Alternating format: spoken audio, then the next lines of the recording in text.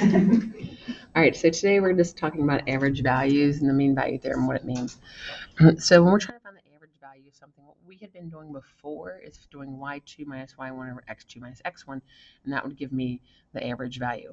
So now, since I'm giving you like the velocity, we actually need to take the antiderivative to go back and get the y values. So this right here, when we take the antiderivative, we'd get that's y2 minus y1. Remember, this right here gives you the big value, and then I'll be dividing it by the interval length.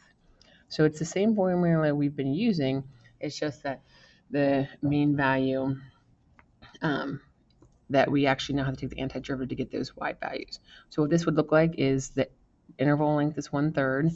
We're going from 0 to 3, and we're going to have 4 minus x squared dx. So if you take the antiderivative of that, I get 4x minus 1/3 x cubed. Let me see if I get a calculator out real quick. I'm going to do 4 times 3 minus 1/3 is 3 to the power of 3. So you get 3 minus 0, and then 1/3 of that. So the answer, so your average value is 1 on that interval.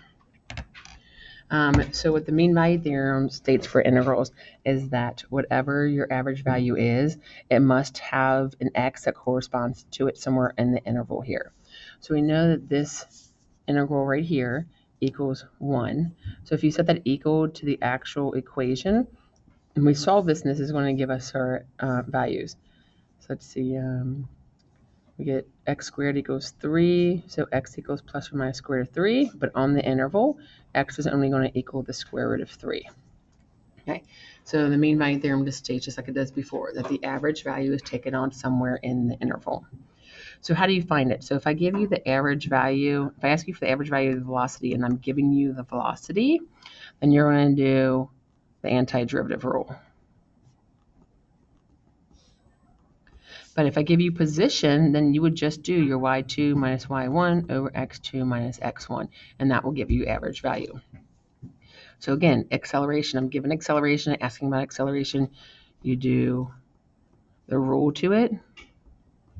If you have velocity and you're asking for acceleration, then you would just do like the velocity at b minus the velocity at a over b minus a. So it's just your y's over your x's again.